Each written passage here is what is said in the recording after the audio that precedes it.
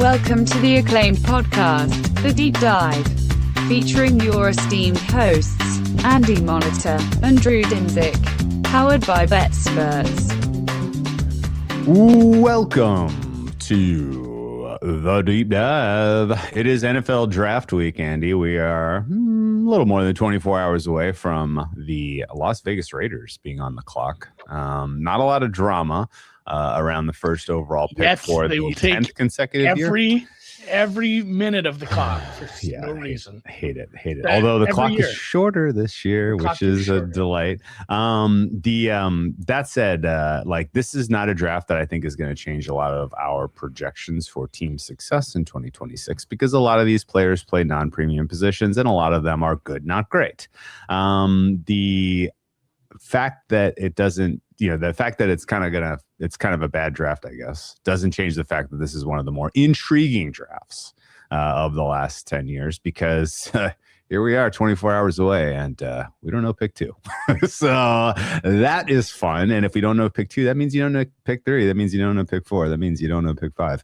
And that actually is fun for us as betting gentlemen, as the uncertainty stirs a lot of opportunity for us in the betting market. So to help us sort all that out for the second straight year, we welcome back Nick, the fantasy law guy on Twitter. He has, again, MVP for the second year in a row status on Twitter of consolidating useful, actionable information, not noise. And then even more than that, synthesizing it in a way that I think is I specifically appreciate because to me, betting the draft or really just evaluating the draft is solving a puzzle. And it feels like you kind of take the same sort of approach of, well, this is happening. These guys are saying this. Why would they be saying this? It doesn't really check out. This jives with these GMs' preferences. That is the right way to approach this. So for the second straight year, welcome back to the Deep Dive, Mr. Nick.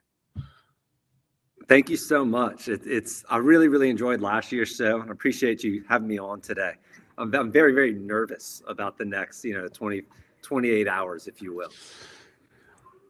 Well, I think I get that because we could you could look up at any minute and some of these prices could just go one way and evaporate. And then you'll know before you even know that you were right or wrong about some of this stuff, which is always reason to be nervous. But, I think I'd like to start with one question about the number 2 overall, and then one question about the top 5. And my question about the number 2 overall is in your mind, what is happening, right? Not who are they going to pick, right? That's the obvious question. Let's leave that aside. Let's assume it's a coin flip. What is happening? Are the Jets obfuscating their pick for some purpose, or are they just kind of a mess? Or are they literally telling some people one thing and other people something for some end game here, right? Are they trying to get something out of this, or is this literally just the NFL has said, hey, we really appreciate it if you just kind of kept a lid on this, because I have never really known the Jets to be good at keeping secrets. Yeah, they had a regime change, new GM there who's more tight-lipped there.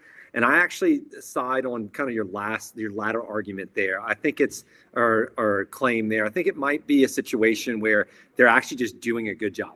I know it's crazy. It's the Jets. They're an incompetent organization. I don't think they've leaked anything to anyone. In fact, one of the things that I found most interesting about this whole saga, all this drama around number 2, is that all of the sourcing that's come out from the big analysts, they keep using this same phrasing, is that most in the league believe. Not I believe, not even I've heard even. It's more indirect than that. It's I don't know. And people in the league could be agents, it could be scouts, it could be, I don't know, the media members for all we know. So I think this line movement, this seesaw that's been happening the last couple weeks, I would argue, is basically people thinking that they're talking to the right people, and then all the fans, all the betting market kind of following that. And then I'll rejoin. Carry on. And then essentially after that, it's them kind of the fans just kind of watching that and betting on it. And it just keeps going back and forward. And I think we're going to get it maybe until tomorrow. I'm kind of with him there too. It is a different regime. It is we've had some changes all across the board. And your point there too about, I wonder if the league does circulate some internal memos, be like, hey, people are betting on this. Like, let's not, if you're going to say it, just say it out loud. Hey, this is the guy we're taking. Like, you have to either, did you bring enough gum for the whole class?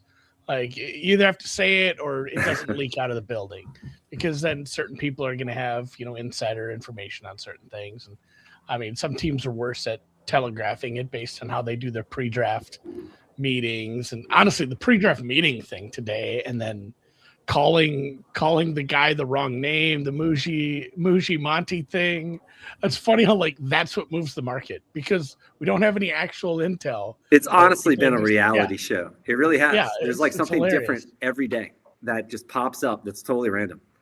Yeah, because the thing is, there's so many points of failure. I'm still a little torn on it, to be honest. Oh, like who it actually will be? Yeah, I'm still a little. Yeah, I'm still a little torn on it. My lean is Reese right now. But gosh, I can be persuaded, honestly, if all of the big names start, there's honestly a consensus going into Bailey, then a lot of people are saying oh, well, this was an obvious smokescreen. Oh, come on. It was Reese the whole time. All this is media conjecture. They're out to get you, blah, blah, blah. But I actually, if you look at the other side of the argument, from a mocking perspective or even a betting perspective, let's say you believe that, which is it definitely could happen. We had a lot of smoke around this time last year. But let's say you totally believe that and you mock or you bet Arvell Reese at 2 now, okay? Because you're just not buying all the smoke, all the weirdness and the sketchiness around the Bailey buzz here. What if Bailey ends up being the pick? And then it's oh, wait. You mocked Reese there. You went against Daniel Jeremiah. You went against Peter Schrager. You went against Glazier. It's all of these sources are saying, whoa, look, we're not going against Glazier. We're not going against Glazier. That's true. That was over the line there. He hasn't said anything yet. But I guess my point was, if at the end of the day, hindsight might be ugly. If you're oh, well, I'm assuming this is a smokescreen. And then at the end of the day, if they go Bailey, it's guys, all the media guys are guys, we told you it was Bailey. We tried to. I don't know. So I can see it being both ways. You wouldn't be going against them. You'd be going against the sources in the league who believe it is going to be Bailey. That's true. Which that phrasing that you brought up, I think, is important because, oh my God, what does that take you back to, Andy? Very clearly, Woj and Jabari Smith and Powell, almost identical. Yep. The expectation around the league is that Jabari Smith will be the first overall pick. And then that was literally they didn't have it. The Magic were locked down. And, so basically all he had to go with was what agents believed and what the other teams believed, and everybody believed it. Well, I think that's a good segue into McShay, and McShay's catching a lot of hate, and well, shit, man. I mean, so rightfully so. But when you have that job, there are expectations, and he's on so many different shows. And he's got to be on, Omina has him on the podcast. And he's got to do this and that, and he has expectations with that job. And if you don't have the info, I don't know what else what else do you do? You say, hey, look, no one's telling me anything. So you say it's 50-50. If you made me make a bet, I'll take the plus money. He's doing the opposite. He's literally lag trading. He's lag trading the favorite. If he was trading a book right now, he would be read on every single thing he said, which is hilarious. If you were opposite, he's pulling the. Who's the guy from CNBC? Kramer. He's Kramering. He's full on Kramering. And if you were trading the opposite of what he was saying, you would have a green book right now, because you would have a whole bunch of Reset 40% and a whole bunch of Bailey at 40%. But let's put that aside for a second. So I definitely get the sense that the belief around the league stuff to me means that they just don't have it.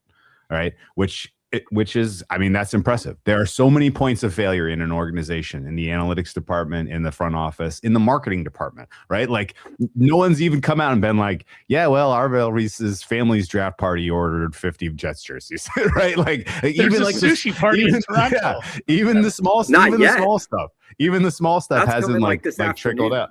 That'll come out. This is what's going to be. It's Arvell Reese ordered all this stuff, and then an hour later, it's going to be, oh well, David Bailey's hosting the huge Jets party. You know?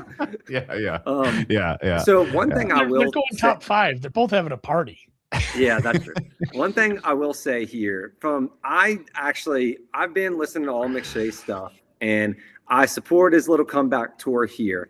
I think you were asking like, well, what can he do if he's 50, if he just doesn't have the information? Well, one of the things he could do is kind of talk about, just where he would go, the players. Like he's the one that puts in the film work right there. He and Minch do. For me, if I'm actually 50-50, like let's say Jeremiah goes Bailey tonight, and then maybe someone else prominent goes Reese, and we have a 50-50 odds split by the time like mocks are submitted at midnight or whatever. At that point, for me, the tiebreaker is probably going to be Reese because two things. First, he's younger. All right. And I know they're using the same old argument like, oh, well, Bailey can, be a 10-sack guy right now and the Jets need some hope. But I don't know. I find that to be misleading. It's just not the timeline, I guess, for the Jets. Reese is actually 2 years younger. That's a big deal, I think. And then also he needs that 2 years to develop as a pass rusher. I get that. But the other big deal, the other tiebreaker for me is this character stuff. Like, I don't know if you've been kind of following – I've tweeted about it a couple times, but from Brugler's guide here, which I kind of rely on for a lot of the personality stuff, because we don't know these guys. Like, I'm going to actually read the quote, and you tell me if you think it's persuasive or not. I find it persuasive as a tiebreaker. I'm going to side with, the betting market and the experts, but if it's split, like this is the direct quote. It says, NFL scouts say that Bailey's practice habits have matured, and he is learning to love the process.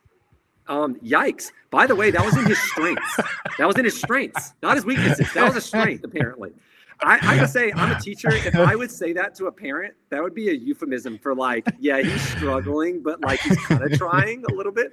Anyway, and then here's another thing. NFL can't scouts read. Yeah. NFL scouts say that they want, quote, more consistent energy levels from him behind the scenes. Okay, number 2 overall pick. And then that's not to even mention the photographer kind of police report, which I don't know if that's something or nothing. But, man, that just does not scream not only number 2 overall pick, but it doesn't scream Aaron Glenn, right? So if Aaron Glenn has any say in this pick, which I don't know if he does or not. I kind of hope he doesn't if I'm running that organization. Yeah. But he's prioritized high character and all this stuff and leadership. I have to imagine that's going to be my tiebreaker. Like, so if I'm really split on it, I'm 50-50. I'm like, okay, Reese is younger. He doesn't have character red flags. Yeah. You probably could have stopped that. He's younger. And for me. Yeah, maybe so. And oh, by the way, David Bailey, he's a liability in the run stop. Like, come on. Like, this guy is clearly not at the same caliber of the top 3 type of edge prospects that have come out, in my opinion. And congratulations. He was super productive in college in the Big 12. Like, he was not going up against the same big bodies that you have in the Big 10. Anyway, here's why I think Reese is the pick. And I think I'm a little higher than 50-50. I would put it at like 70-30 for me for Reese. And I think it's more about the process and the fact that, like, if we just assume for the sake of argument that the Jets have kept this quiet, right? Like, and if we assume that the Jets also they've done due diligence on so many top 10 players, it's really pretty impressive, honestly. And to me, that screams like a team that, number one, they are positioning themselves for the 2027 draft. And I think for them, getting a blue chip player in this draft would be less of a win than if they got a 2027 first rounder. I feel like the front office is literally like, we did it. Mission accomplished. If they can actually get a 2027 first rounder some way, somehow. And I think what you see, not just with this pick. Biggest flag for that is keeping the coach. Sure. Yes, that's right. But think this is happening not just with the Jets. It's happening with the Cardinals. It's happening with the Titans, which I actually didn't expect. And it's happening with the Giants at 5. Like, surprise. It turns out we actually are telling all of the NFL insiders we like the guy that was going to get picked below us. So, if you were considering trading up to get that player, well, you're going to have to do business with us because actually we're going to take him. Right. And we know that the Cardinals have been pitching around like, hey, like we're open for business from 3. Who's coming up? Chiefs, Saints, do we have to go down, Cowboys? Like, they have been jockeying hard for, drawing up interest. Come on up. David Bailey is going to be available. Come get him. Right. And the easiest way for the Jets to snipe that nip that in the bud and snipe that is to be like, well, actually, we're going to take Bailey. So if you've been dealing with the Cardinals and you think you're coming up for 3 for Bailey, you actually have to come up to 2. And that's all I kind of glean out of this whole why they would even, tell people like, yeah, you can put, Bailey in your mock. Fine. That's fine. There's also like the only reason you would give away legitimate information to these guys like the DJs of the world is that you're getting something back. Right. You're like, it's a 2-way street, right? You're exchanging information with these guys. And if you're not going to burn them, if you think that you're going to get something valuable back and, maybe that at the death, they're going to actually pull off the exchange with DJ and he'll have Reese in the mock. But whatever the case is, I don't think it's a surprise or unusual that the week of every expert has the Jets taking Bailey, who the Cardinals were marketing pick 3 to come up and get. And then the Cardinals all of a sudden like, well, actually, we weren't going to take Bailey. We actually like we like Jeremiah Love, the guy that everybody expected to go 4. Well, we're actually going to take him 3. So if you thought you needed to trade to 4 for Love, you actually have to trade to 3. And then similarly with the Titans all of a sudden, oh no, we were actually sincerely interested in everyone the market assumed was going 5 in Sonny Styles. So Dallas, if you wanted to keep Sonny Styles from ending up on the New York Giants, give us a call. Like this is all a little too cute that in the last week, there's this expected, no. All along, we've been looking at that guy who, is one below us. And it speaks too cute by half to me. And I think ultimately this thing going chalk at the top of Reese, Bailey, Love, and then Styles it's just going to play out that way. And is that actionable? No, I don't think it is. These guys are all favorites for the right reasons, which is it's probably just going to happen like this because there's going to be no trade. And is it worth laying juice on this? No. Because what if somebody like the Saints does something stupid and trades up to 3 to take Love, right? Like then this is like all completely blown up. So this is a long way of saying that ultimately, despite the deep pool of liquidity for the number 2 overall pick, getting the 3 exactly right, getting the 4 exactly right, getting the 5 exactly right, getting your mock, scored into the, it's all going to be luck this year. And you should probably just go with the chalk, but I'm not staked at all on any of this stuff. So I think that's the right approach. Nick, do you have a response to my my conspiracy, my tinfoil hat of why did everyone all of a sudden this week pivot to the guy that was expected to go 1 below them? It's a growing consensus among like the mock drafting, like expert community, if you will, is that all of this is, I like how you said it's a little too cute, basically. And I think it would be one thing if it didn't happen last year with the Genty stuff. This happened on the week of the draft as well, where actually everybody had Genty mock to the Raiders or the Bears. And then all of a sudden the Jaguars come into play and all of the experts, including me, pivot to Genty Jaguars 5. And then that just some crazy trade happened. But what makes this draft more challenging beyond the fact that I think the big time sources, the national analysts, don't have as much intel as they have maybe in the past. I think it's a down year for analysis there, or tea leaf reading, if you will. Beyond that, I think it's just a tough draft in general. If you think back to last year's draft, I think mock accuracy scores and that kind of stuff are going to be lower just because every class is different. And if you think back to last year's class, not a lot of people in their mock had, if anyone, had or who was scored on like an expert level, had the Travis Hunter to, Mason Graham kind of flip-flop trade, but everyone had Ward number 1, Hunter number 2, so he was slotted correctly, even if it wasn't a team match. And then Abdul Carter number 3 and Will Campbell number 4. They were opening up with, 4 players slotted correctly. So you're opening up with a lot of kind of points, if you will, in team matches. Whereas here, you're going to see the field divided at 2, like immediately at 2.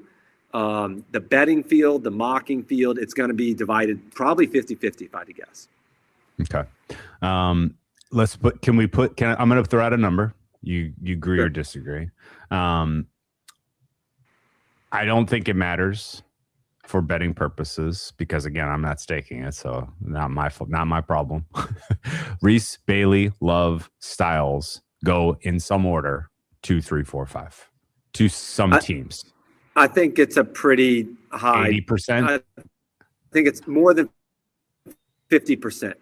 I think those are the best 5 players in the draft. And one of the arguments that a lot of proponents of Malinoa were making was that he might be able to slide in there. However, this back issue has given me some kind of trepidation on that. So I do think the top 5 in some order will be that. I can't imagine Jeremiah Love slips past 5 to the Giants.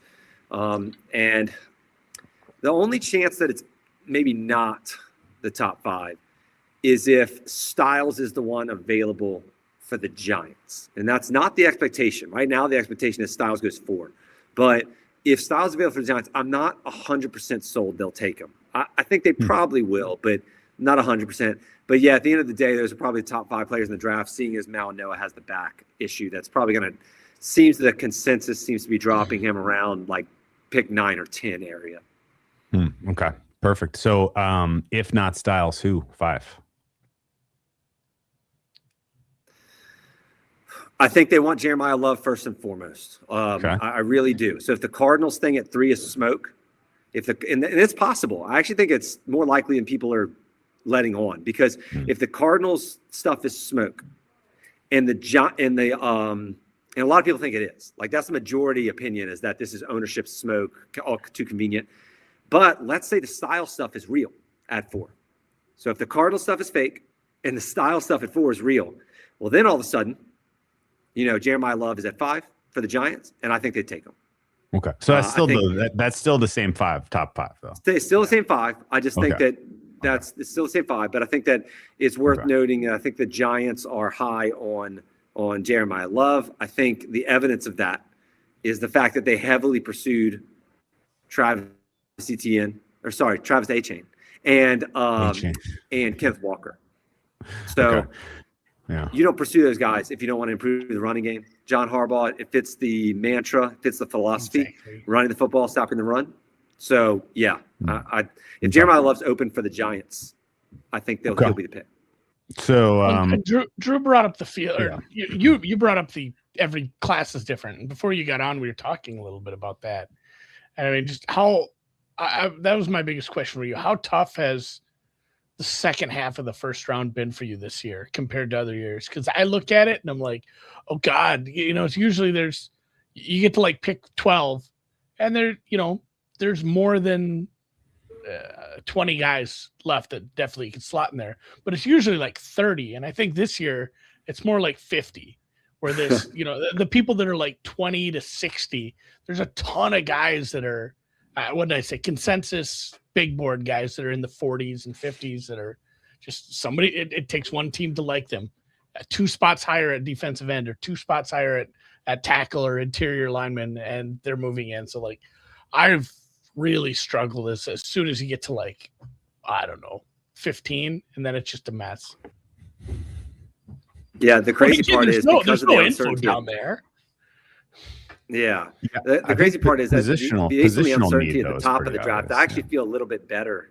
I feel a little bit better about the latter half than I do the opening half. Not to say you'll get more picks right down there, but I mean, I would argue that the info that we have so far, it's less info, but it's a little bit more specific about which team needs certain player and that kind of stuff. I feel solid about the latter half of the draft. I felt the same way last year. My mock was pretty inaccurate for the first, I was like I need a drink, basically. The first 15 picks, it was a tough scene. Yeah. And then it started picking up on the Gray Zabel pick, and it was the Shamar Stewart pick of Cincinnati, and I ended up nailing a couple picks in the latter half, even some in like the late 20s and early 30s, and that kind of carried the day for me because my top 12 is butchered.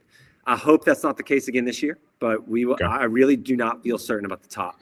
I agree with the idea though that teams view picks 12 to 45 similarly, but I think we have enough intel to get 28 of the first. I'm expecting to hit on about 28, not team matches, but 28 of the 32 players that are in round one. That's kind of the number that I think I'm going to hit on, like putting them somewhere in round one. Oh wow, 28. Okay, good. I love that. How many of those names are quarterbacks? Right now, so it's going to end up being 2, especially if we get some more solid intel on that. I think the question from a mocking perspective is, where do you do it?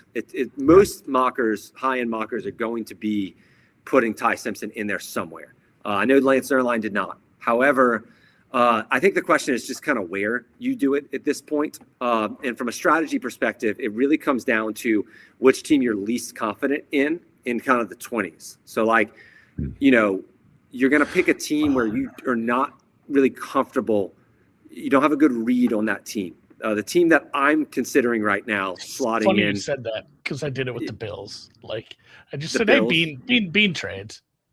Yeah. And look, you can needs, certainly do that perspective. It's like, okay, the Texans, they have needs. The Bills, the Seahawks, they trade a lot. Seahawks. Yeah. So, but I'm going to be basically kind of running through my mock tonight before finalizing it and being like, okay, which pick late do I really just not feel good about? And that's kind of where I'm going to make the move. And last year I kind of had to do the same thing with Jackson Dart, right? Like I was one of the people who got that right. I think I slotted it 2 slots off, but it was a matter of kind of picking the team that I felt least comfortable with. Although I actually think that one had just as much smoke, if not more, because the guy's son posted on Instagram like the night before, like a picture of Dart's jersey. And so like there was like all kind of smoke leading up to it. Like, oh, you have Brian Daboll, he needs this Josh Allen and he's trying to save his job. So he needs like a mobile quarterback and get something to give him a hope. There's all kind of smoke there and there was a team need, et cetera. So you probably thought it was going to happen. But then once the guy's son, Joe Shane's son, put the Instagram story, I'll be like, okay, like I'm going to have to slide this in the mock somewhere. Do a quick snap power ranking, top 3 spots that you would slide in a trade. I have a trade for Ty Simpson. Let's call it Arizona. Let's just say it's the Cards trading out. Drew, you go first. You have something? Pick 30. Dolphins trade down. That Dolphins. Okay. You know why? The Dolphins don't have money to pay for multiple first-round picks anyway, and they need more. They need more seconds and thirds to like field the roster. So like the Dolphins kind of being very open to, trading that guy for volume later makes sense to me. Okay. Yeah, I have the Dolphins going probably defensive back there, unless I'm kind of torn between them taking Delane or Dallas taking Delane early. But yeah, I might have them going DB there where it's like Chris Johnson or Colton Hood or even the safety out of Toledo, Emmanuel McNeil-Warren. It's going to be right around that range. For me, it's probably New England. And it kind of comes down to, I think they're going either pass rusher or offensive lineman. But to me, right now, in the witching hour, if you will, of the mocking world, it's coming down to whether I mock Max Iheanacho there. And I know that's a very specific scenario, but he had a lot of buzz there 2 weeks ago with the Mike Vrabel kind of hands-on. Mike Vrabel very hands-on lately. But anyway, he had a lot of buzz there with the Mike Vrabel kind of workout situation. And it makes sense. Morgan Moses is 35 years old there. Iheanacho is more of a developmental tackle. I think it makes a lot of sense from a team need perspective. And the idea being, okay, let's set up Drake May with bookend tackles in starting next year, Will Campbell and Iheanacho. However, I'm really torn between Iheanacho going to the New England Patriots or the Eagles at 23. And if I mock him to the Eagles, I think at this point, the Patriots are probably going to be my Ty Simpson move out thing. I have a couple of names there, like Akeem Mesidor, maybe Malachi Lawrence if he falls there, which I don't have him falling right there. Maybe TJ Parker if he falls there. But those names are not, I'm not very confident in that selection if it's not going to be Ian Achor. I have absolutely nothing to go on after pick 20. So, but I do want to pick your brain on a couple in between where we started and where we ended up. And I want to start with, so I said my number for the top 5 being the top 5 is like 80% in some order. If one of those guys slides out, I think it's Sonny Styles. And I think it's because the Giants are choosing between Styles and Tyson. I don't think it's entirely. And then he would go 7. Well, yeah, Styles would probably go 7. But I think there's a world where Tyson is actually in the mix for the 5th overall pick.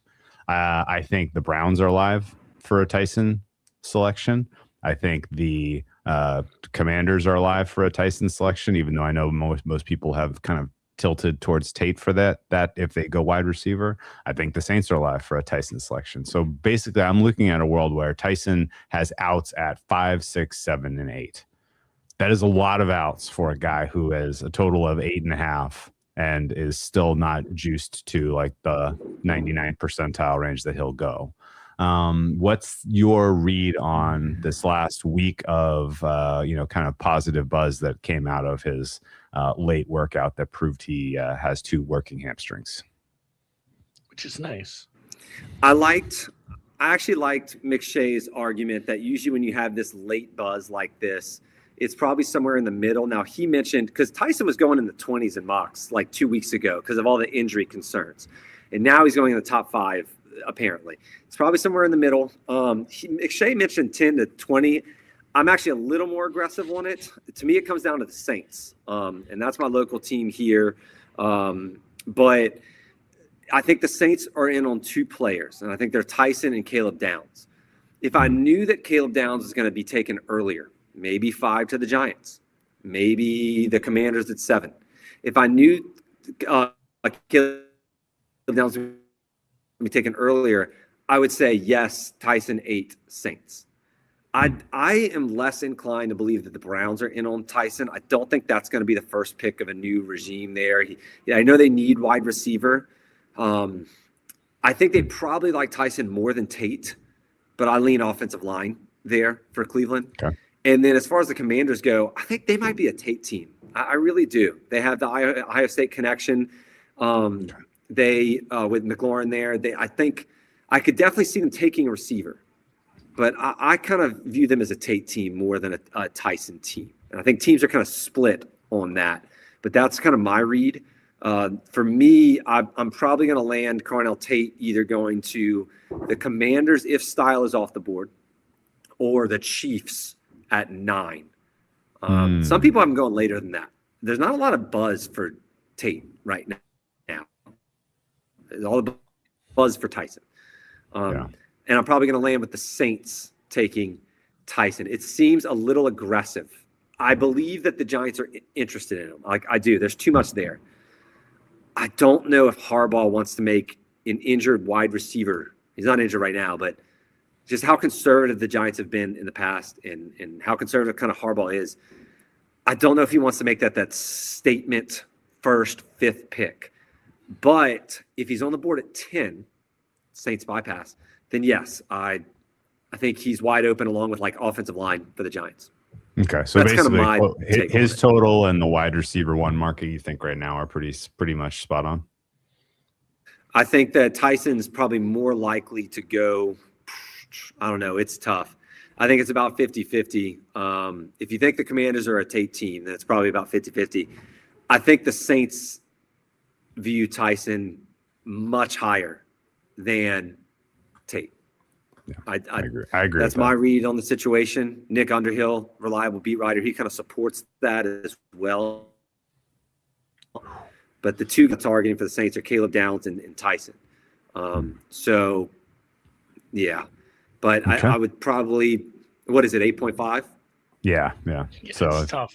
It's not a lot of if you think the Commanders are not an actual out at 7, then and you think the Giants are more interested in him as an option at 10 if he's available, then the outs all of a sudden are looking like only 8, which is not as good as 5, 6, 7, and 8. Yeah. Obviously.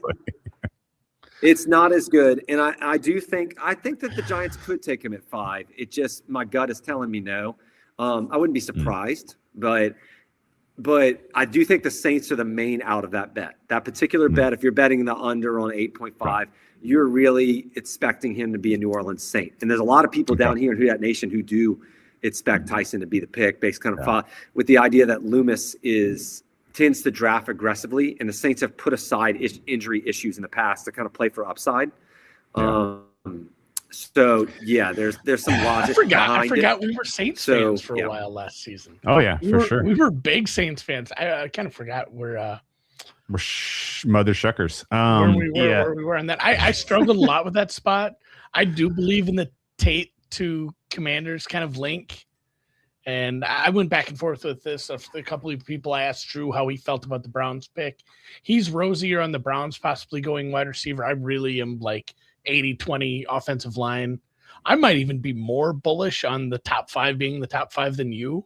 I'm like 85-90% sure there. I know there's the whole Giants thing, but it feels like there's a drop-off. So like my latest mock went tackle, Browns, Tate, and then the Saints one has been weird because I can see Downs there, but I also went with the LSU cornerback.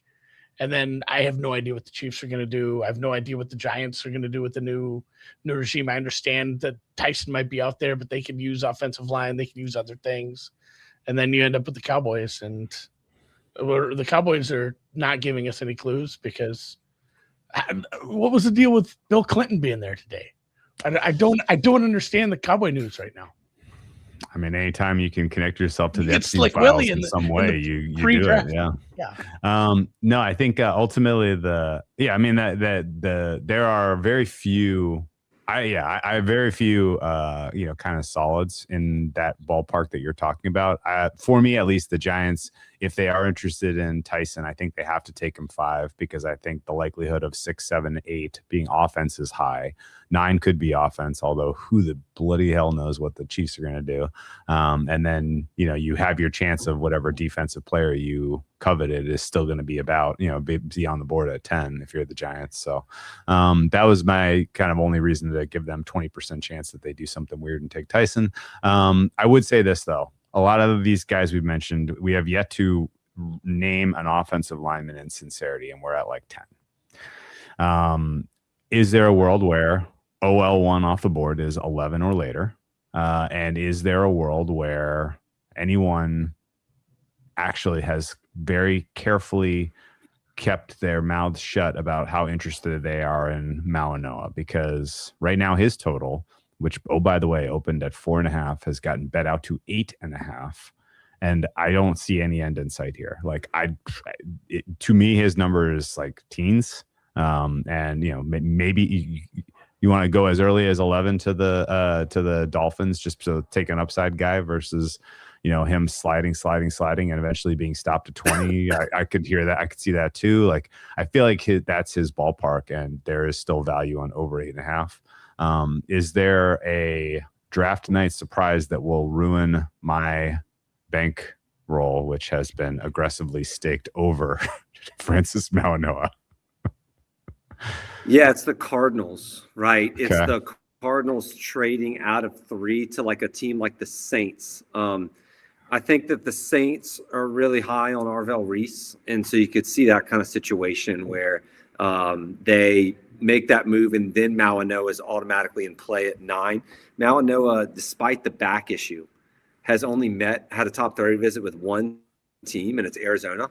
And that is very, very rare. Normally top 30 visits are 4 personality visits or 4 medical cleanup visits. So the fact that he's only had 1, it's with Arizona, is telling. I think they do like him a lot. Other outs, if the Giants at 10 are a team that I've kind of thought might be in on Malinois, 11 to the Dolphins is getting more steam there. So it seems to be his range there. I do think Fano. Yeah, I think Fano is going to be, unless the Cardinals trade. Actually, let me rephrase. If no team trades, just no team in the top 6 trades. Yeah. Every team sticks and picks in the top 6. I think Fano will be OL1. Okay. So some of the outs of that is if the Browns trade back with a team like the Cowboys or a team like the Rams who try to come up and get Tyson or Tate or whatever, a team like the Jets who want Carnell Tate, then that ruins that. But if everyone sticks and picks, I think Fano is probably OL1. And I've thought this for a while. And the other thing is there's also an out for him being OL1 if we do get a trade, because if both OLs are open up for the Chiefs at 9, you have a big connection there. Andy Reid was roommates with the Utah head coach, Whittingham. And they were college roommates together. So they're going to get a lot of intel on Fano. And normally that could be a good thing or a bad thing. Just because you're roommates with someone doesn't mean it's automatically good. But I will say this of Fano. I read to you Dane Brugler's guide about David Bailey earlier, personality stuff. I'm telling you right now, Fano's is the exact opposite. It is all glowing. It's all kind of, locker room leader, team captain, going to change your culture, all just kind of stuff that I think the Chiefs kind of need. Andy Reid's going to like. So I think if no OLs are gone by pick 9, I think Fano is probably going to be the pick for the Chiefs. Okay. Cool. Okay. Where's Bainland then? I was sitting on that. 12 Cowboys? He's very, I think he's polarized. I can see that. I can see the Ravens at 14. I can see the Chiefs too. I mocked him to the Chiefs. Those are the 3 teams. In the latest one I did. I mean, he needs a spot. Yeah. No. I definitely can see the Chiefs. They've done a lot of homework on edge rushers. Yeah. No outs for Bain in the top 8 for you, in your opinion? Yeah. Chiefs, Cowboys, or Ravens. Wow. That's fair. Okay. I don't think Bain will be taken in the top 8. You have the PR stuff that comes with the potential character concern, but you also have the short arm stuff too. If the Saints take him at 8, they would really, really like him a lot, because Mickey Loomis has kind of been notorious for being like a prototype, kind of high RAS, like relative athletic score. Drafting prototypes, arm length and stuff has mattered to the Saints in the past. Okay. So it would go against previous precedent there. Okay. Cool. Staying on offensive line for a second. The entire universe is mocking Vega to the Ravens at 14. Are you going to go against the grain there, or is that one that you just put in pen because the opportunity cost is too high? I'm leaning towards going against the grain there. Really? Oh, wow. Okay. Yeah. Because he's not going to be available, or you just don't see it? The grain. It's just, is that more of a getting your mock right or scoring against other people, or we're just not knowing exactly what's going to happen? It's a situation where I do think that's in Vega's range, like that 10 to 17 range. I think he ends up there to a couple teams that probably really like him. I think the Jets are in on him. I think the Bucs are in on him. I think the Lions would be in on him if the tackles are gone. I think there's a chance that the Giants at 10 are in on him. And I think there's a chance the Ravens are in on him. However, let's say Vega and, I don't know, Caden Proctor or Monroe Freeling is on the board. Particularly Proctor, I just have a hard time thinking that they would pass on Proctor for somebody who's only going to play guard. Whereas Proctor can kind of give you that, maybe he's Ronnie Stanley's replacement left tackle of the future or right tackle. And he also can start in the guard immediately. And he comes from Alabama, which the Ravens have a lot of associations with. Proctor might be gone, though. So maybe it is Vega. So again, I can see him going to 14, but now you're talking. I don't think I'm going to end up mocking him there. I was hoping that you were kind of in that headspace about Proctor, because when you read the kind of glowing reports about how good his pro day was and the pedigree of playing in Alabama against the SEC guys, and the general kind of positive buzz around him all feels like he has more suitors than we realize in the 10, 11, 12, 13, 14, 15, 16 range, right? Who is your most likely Proctor suitor that really stands out among this group? Probably Detroit. I will say this, that he has high regards on his character. I think teams like his character, but there are some teams that are a little reluctant about or a little concerned about the weight issues that he's had in the past. And you really need to have a really confident kind of, I wouldn't say just locker room, but, dietitian on the team, nutrition, that kind of stuff. Somebody's really going to be on them to make sure that's not an issue. Again, strength training, that kind of stuff. So that's a factor there. Probably the Lions would be in on him. I think he's been linked to the Browns a lot in a trade down situation. So if they move from 6 to 12, hypothetically speaking, then that could be a situation right there. Those are the two teams I hear the most about Proctor. I would say Baltimore probably third. Just real quick on the Browns. If it is, Browns go tackle, probably go for no, what's your thought process on 24 then? Are you 80% wide receiver at that point for that pick? Or I guess it depends what's out there at that point, but there's a bunch of teams kind of in that range that likely aren't going to go that way. Yeah, you're talking about pick 20. Sorry, you cut out a little. You're talking about pick 24. Yeah, the Browns. If the Browns do go offensive tackle early, what's your percentage on wide receiver at 24 if they stick and pick? Probably lower than consensus because I don't want to pick. It's one of those things where you might end up mocking it because it's maybe the most likely outcome. But I think I deviate from the norm or the standard to say okay, it's automatically going to be whatever non-tackle. I mean, it's automatically going to be a wide receiver just because they went tackle. I think that the Browns, time frame of winning is much longer than that. So I think they're going to be open to other positions. There were rumors, for example, that Myles Garrett was being traded. What if they go pass rusher there? I really think that they're in a more of a BPA situation with being as bad as they are than people think. And I don't think they're just going to pigeonhole themselves into wide receiver. If it's Casey Concepcion on the board, if it's Denzel Boston, maybe, if it's Omar Cooper. Cooper's probably my most likely one of the bunch that they would probably take that kind of fits their analytical profile. But I don't know if they would be maybe Concepcion second. I don't know if Denzel Boston fits what they're looking for, even though he brings size to the room. But he doesn't. They're very analytically driven, and they care a lot about age. And Boston, not running the 40 probably hurts that situation, I would imagine.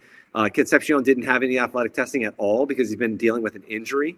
So to me, I think the Browns might not exactly just say, oh, we desperately need a receiver. We have to take one here. They just might use their other picks on a wide receiver. So look, here's the thing, Andy. The best player available thing makes sense. I'm going to try to twist your arm here. Go ahead. All of these tackles are flawed. Taking the first one at 6 is that's not doing yourself many favors.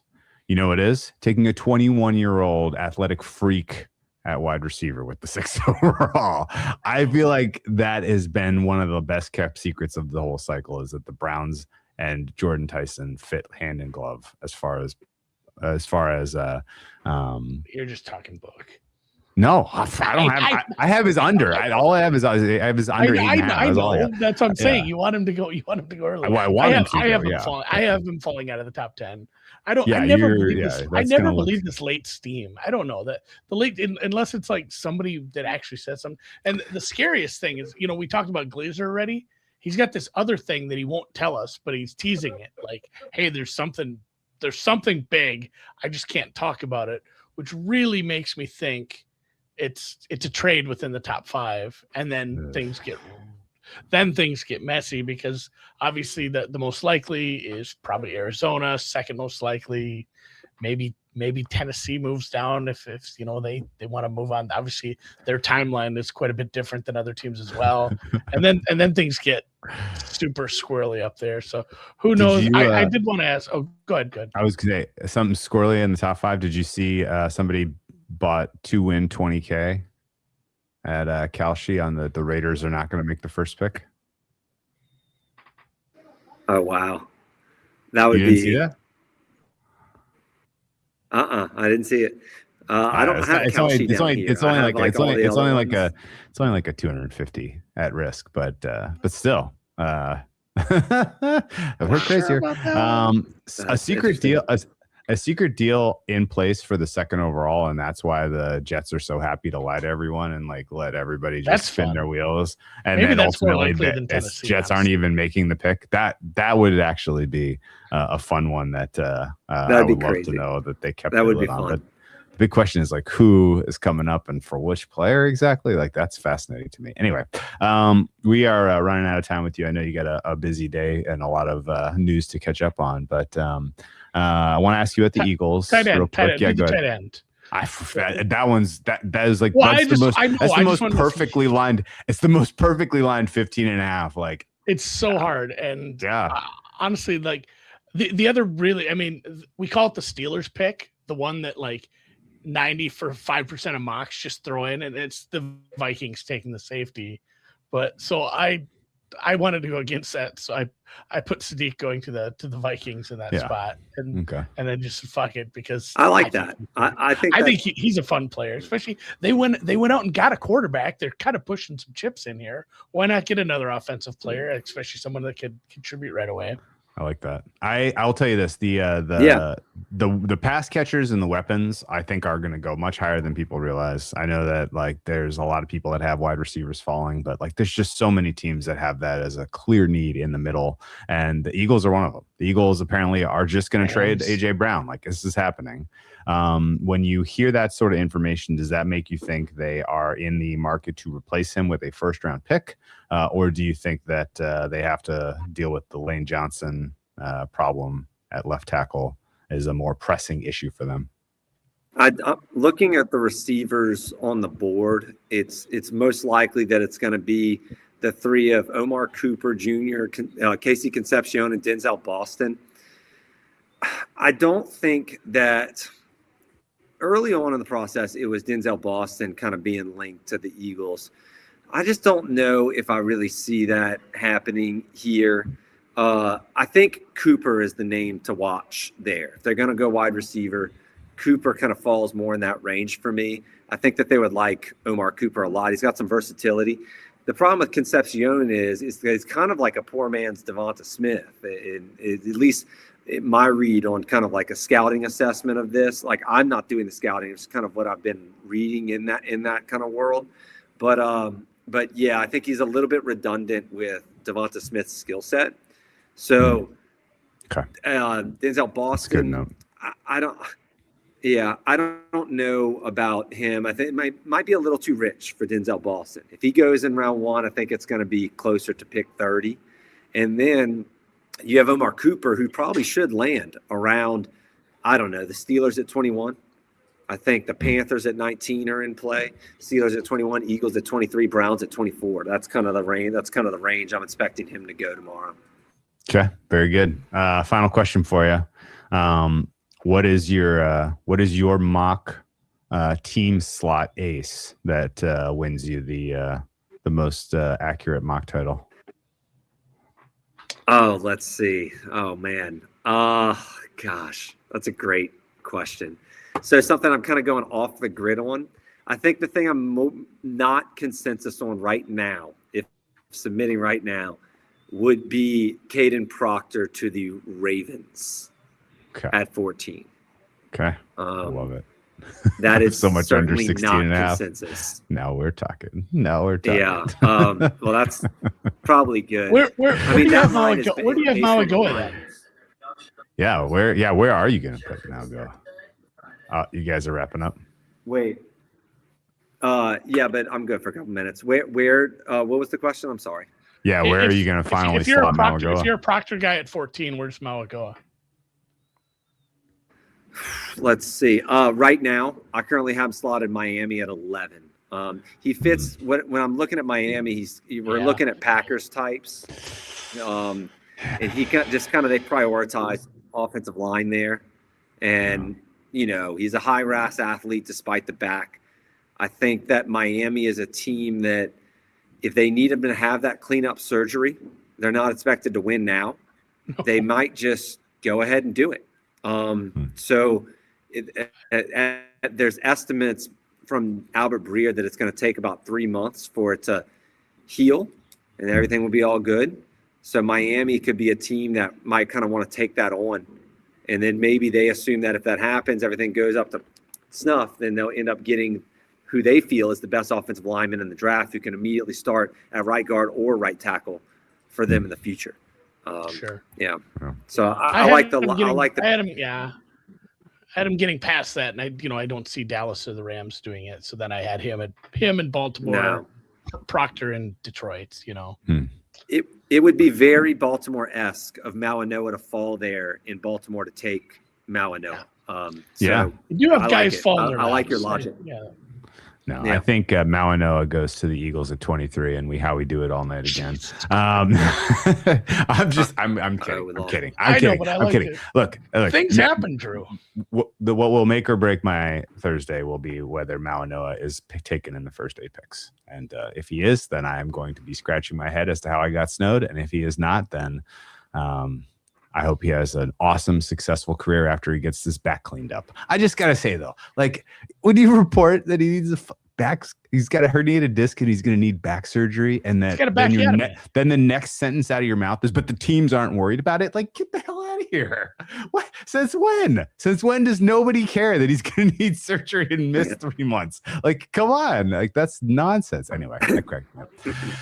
Anywho, Nick, and the back is something that never actually, You're telling me the back is something that never actually especially if you're not, it's not like he's a big guy. He's carrying a lot of weight. Anyway, Nick, thank you so much for your time. We appreciate it. Thank you for all of the work you've done, consolidating information for us in a concise and puzzle-solving way. Where can people track down your work, and what are you going to do on draft night?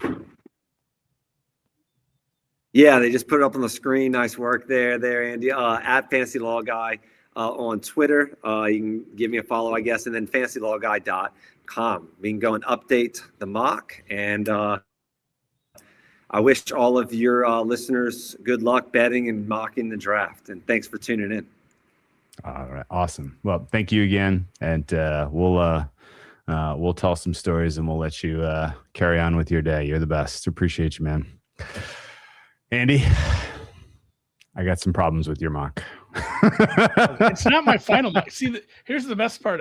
I got some problems. Here's the people who are competing for this. They got to turn their shit in tonight. I'm That's doing a good point. I'm doing a final mock at 2 p.m. tomorrow. Okay. I'm allowed to wait for the final news from stuff. Okay. Maybe Glazer gives us some more. It does stuff. And have you? How many mocks have you done today? A full 1 through 32? 0. I don't, because I have no opinion. Pass about pick 22. I really have no opinion, and I don't know these guys. Basically, there are some teams in this draft that need so much that who the hell knows? They could go in so many different directions. Once you sort of get out of the top 10, really out of the top 11, because the Dolphins are one of those teams, then it's pretty clear, they're going to address this. These GMs always take this kind of player. The puzzle pieces from 12 to 20 fall into place, I think, pretty cleanly. Maybe even further, 22, 23, 24. Back half, no fucking clue. Last 8 picks of the draft, no clue. So not going to get involved. Don't know who's trading for Ty Simpson. Don't know if they're trading up into round 1 for Ty Simpson. Don't understand what the other secret trades could be. It's going to be a weird one. I don't know. There's always a few picks in the middle. I'm thinking of last year. Like we had Arizona at 16, and you have teams like that who have a million needs. They went with Walter Nolan, but like that was a team you could have either side of the ball, multiple positions, either side of the ball. I think the Falcons before them, when they took Walker at that spot, it was kind of they have to take defensive players. Like it's going to be somebody there. Same thing kind of goes with the Colts. There was a little bit of a telegraph, maybe Gray Zabel to the Seahawks, but the rest of it was, like the Bucks took a wide receiver. I don't know if a lot of people mock that when we were sitting on, hey, there were some injuries there, but they're pretty stocked at that position. And they went and took Igbuka. I guess the Broncos, they took Jade Barron. Like, there's a bunch of spots in there where it's like, it's clearly the position they need is available. And they don't go best possible player.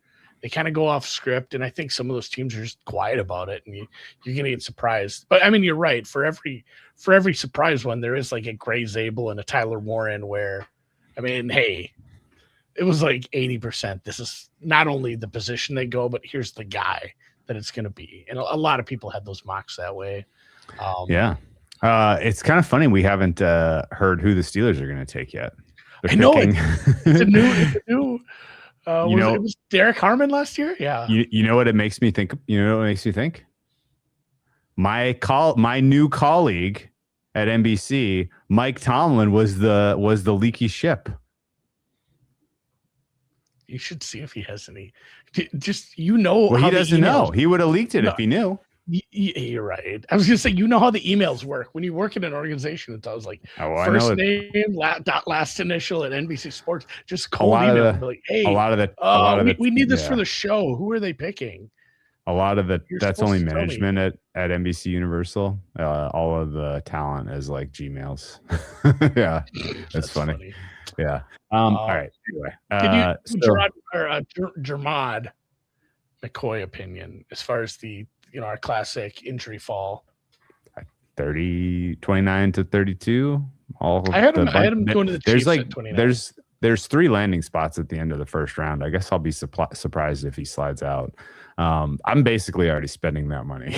Like the top 10 no money for that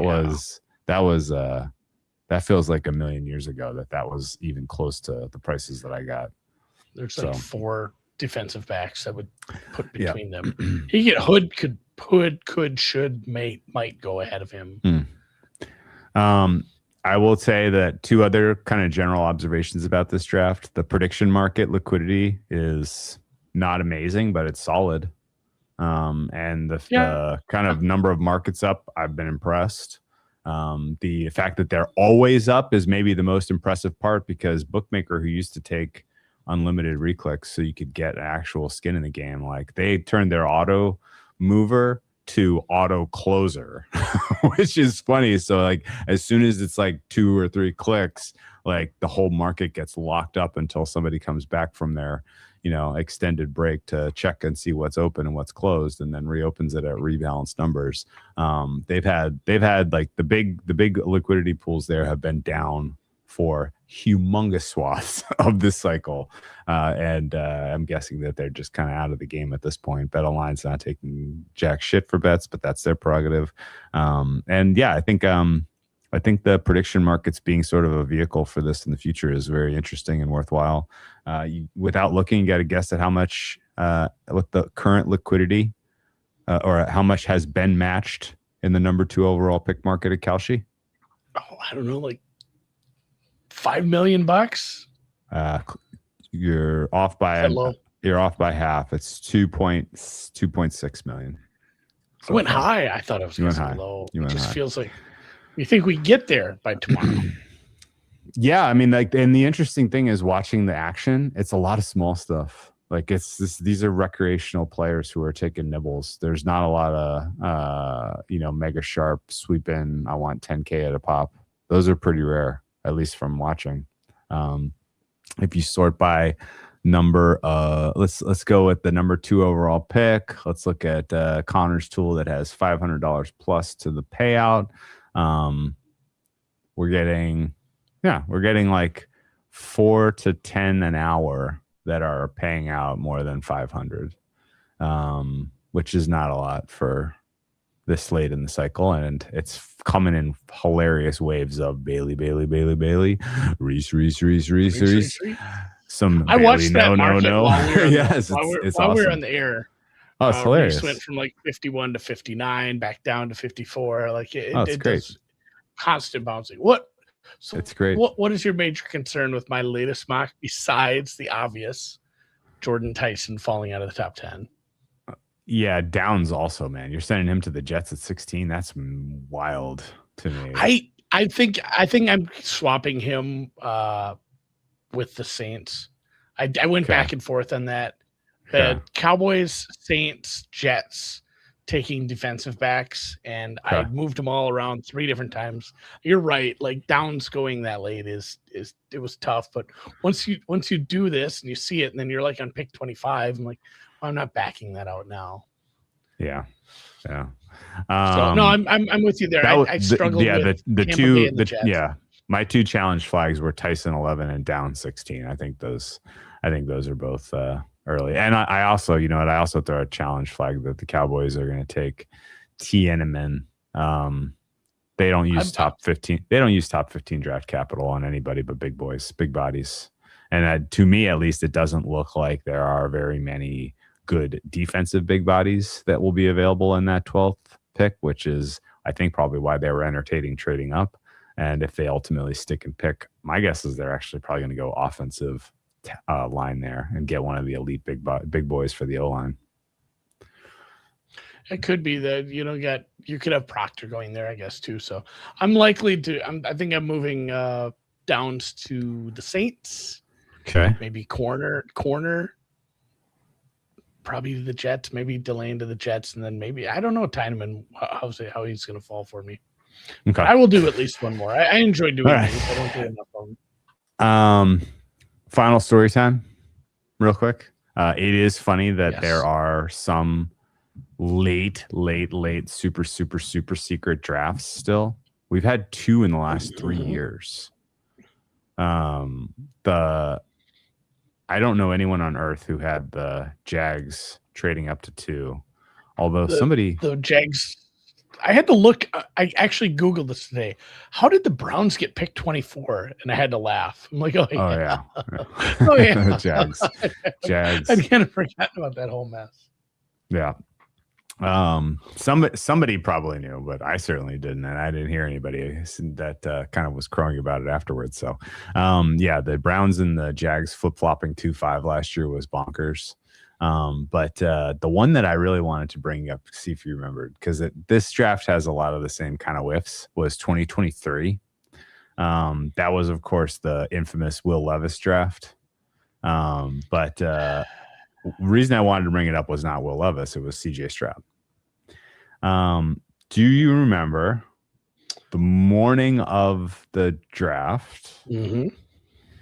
There was an ESPN meeting that we were privy to the discussion, and the ESPN meeting was basically preparing producers for roles, responsibilities, getting clips together for draft night.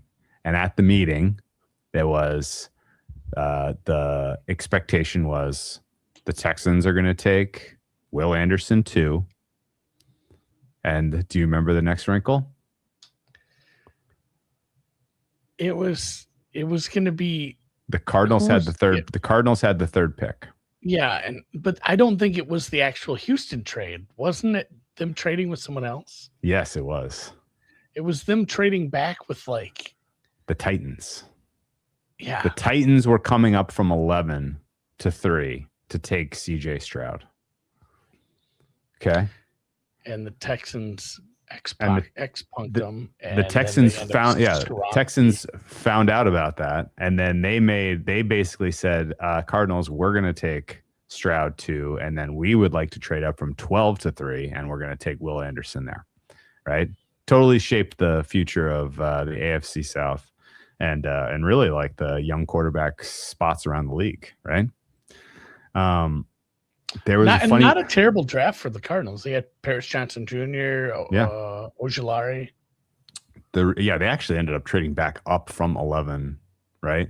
No, from 12 They came back up for Paris Johnson Jr. The Titans ended up with Skoronski instead of C.J. Stroud, which is who else the Cardinals drafted in that draft? Who else did they get? One Clayton Tune. Oh, they got Tune. The reason I'm bringing up this story, do you remember why ESPN told everybody that they knew about the Titans agreement in principle to come up to 3? I do not. Diana Rossini. Oh, yeah. What's she up to? Diana Rossini had it from Vrabel that the Titans had an agreement in principle to come up to 3. They know each other. Talked about it internally. ESPN let a little too many people know about it. The Texans found out about it, and then the Texans changed plans and got Stroud and Will Anderson both. But she's just an agent of chaos. Absolutely crazy. Absolutely ridiculous. Like completely untold that her actions in that moment like shaped the young quarterback spots around the NFL. Hilarious to me. Anyway, that's all I got for today. Anything you're going to be especially excited about seeing in the draft? One of my favorite second rounds, the 2023 draft. Sam Laporta and Brian Branch were drafted in the second round to the same team. Jesus Christ. Not bad. Rashee Rice, Marvin Mims. Well, somebody called Juice Scruggs. I'm kidding about that one. But there are a bunch of good players. Charbonnet, Jaden Reed. Super deep Musgrave, draft. Jonathan Mingo, Steve Avila, Will Levis, Joey Porter Jr. Will Levis ended up on the Titans. That's right. Oh my God. Did. That was the funny part is people made that bet, like exact team. If you made the the exact team bet. Yes. And you know what? Vrabel letting it slip to Rossini that they had the trade in principle, setting the wheels in motion for the Texans to outfox them. Got Vrabel fired from the Titans, and then he went on to be the Patriots coach. A lot of sliding doors. Here. Should they take Coach of the Year away from him for his indiscretions? Look, man. I thought you were going to give me a pat on the back for not victory lapping too hard. That the entire world now knows what a scumbag Vrabel is. You know.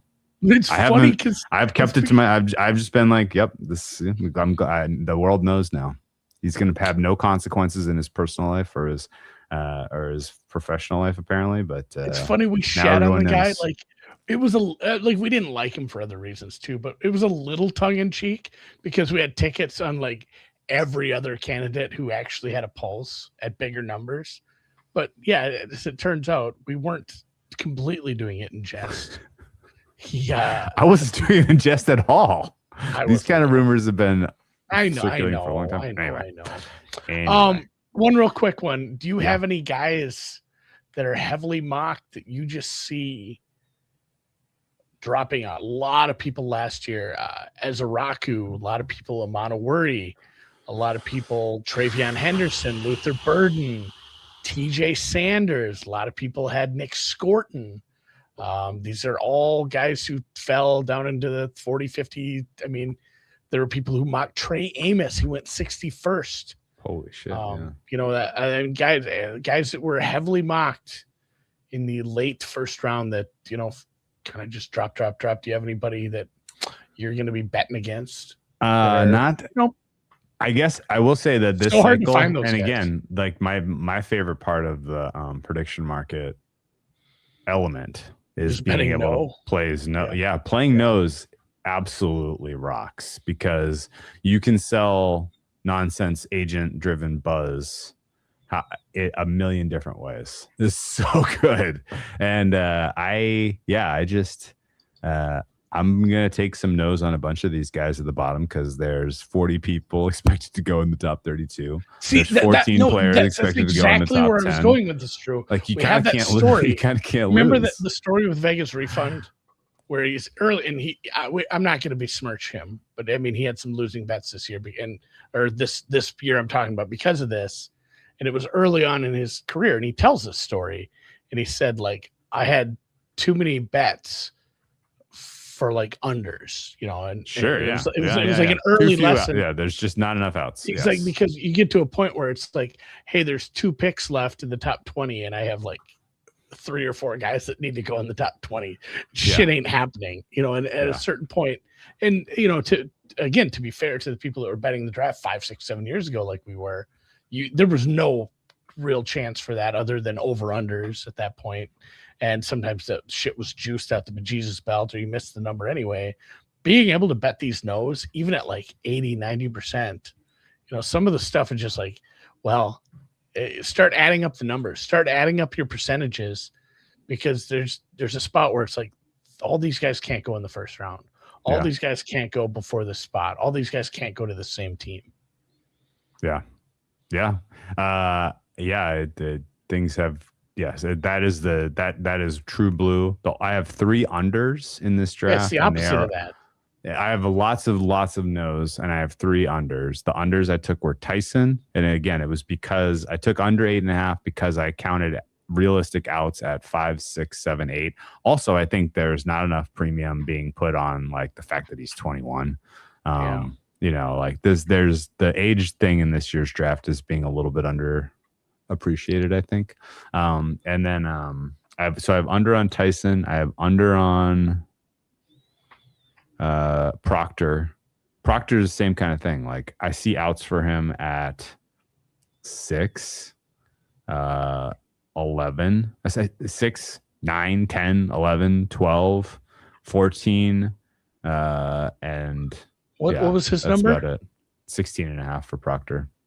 So if he goes to the Lions, then it is what it is. But I got that. Maybe they'll trade up. they'll flip flop. They'll flip flop with the Jets. Yeah. And then what was last? The other last under I took was Falk under 25.5, I think. And his, I like that. He has outs everywhere. He has outs at 25, Chargers, 24, Cowboys, 22, 21, 20, 19. I'm not putting it past the Eagles to just take another edge rusher, because why not? Yeah, there are many outs for Falk in that. I like that Falk late teen, early 20 range. So those are the only unders I played, and it was literally because there were so many bites at the apple just under that number. Like I'm not interested in like a team like if you gave me a shot at Tiedemann under 18.5 right now, I'd probably pass, because I really only see one out there. It's under 18.5, but it's true. There's not a lot of ways that can go well for you if it's not there. So yeah, it's absolutely, that's good advice. And then man, like, do you remember the final draft story? And then we can probably call this. I didn't answer your question about guys I have no on that are commonly mocked in the top 32, but I can tell you, just kind of looking right now, you can get good prices on a bunch of these cornerbacks. Peter Woods is interesting to me as a no.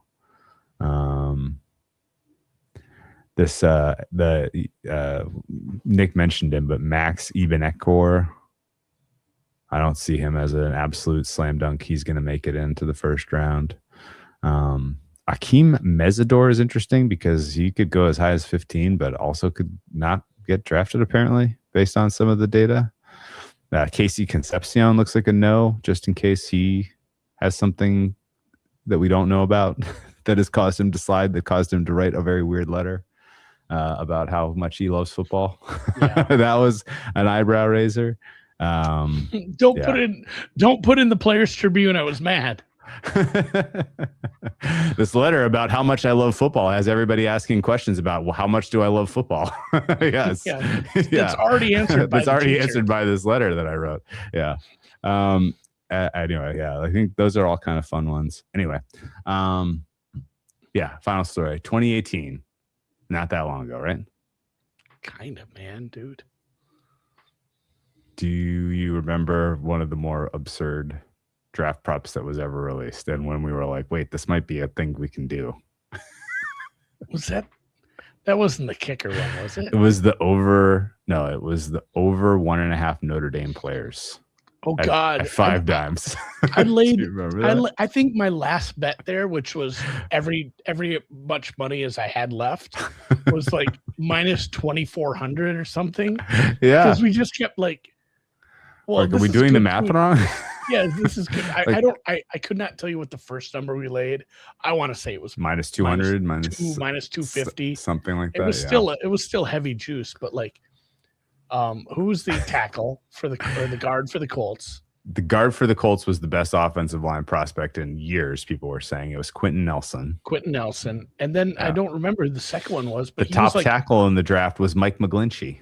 Yeah, he was like both guys still very much in the league. He was consensus top 10, I believe, and he was consensus top tackle, and so it was like he could probably go top 10. And sure enough, he went 9. Yeah, they were just like, will there be a second Notre Dame player? So we bet it. Yeah, we bet it. Yes, and there will be. 5 dimes used to let you rebet. So minus 250, minus 300, minus 350. Just kept hitting it. And again, didn't get rich because we were laying some pretty heavy juice, but it was a fun one to get off the. Yeah, this is a free money.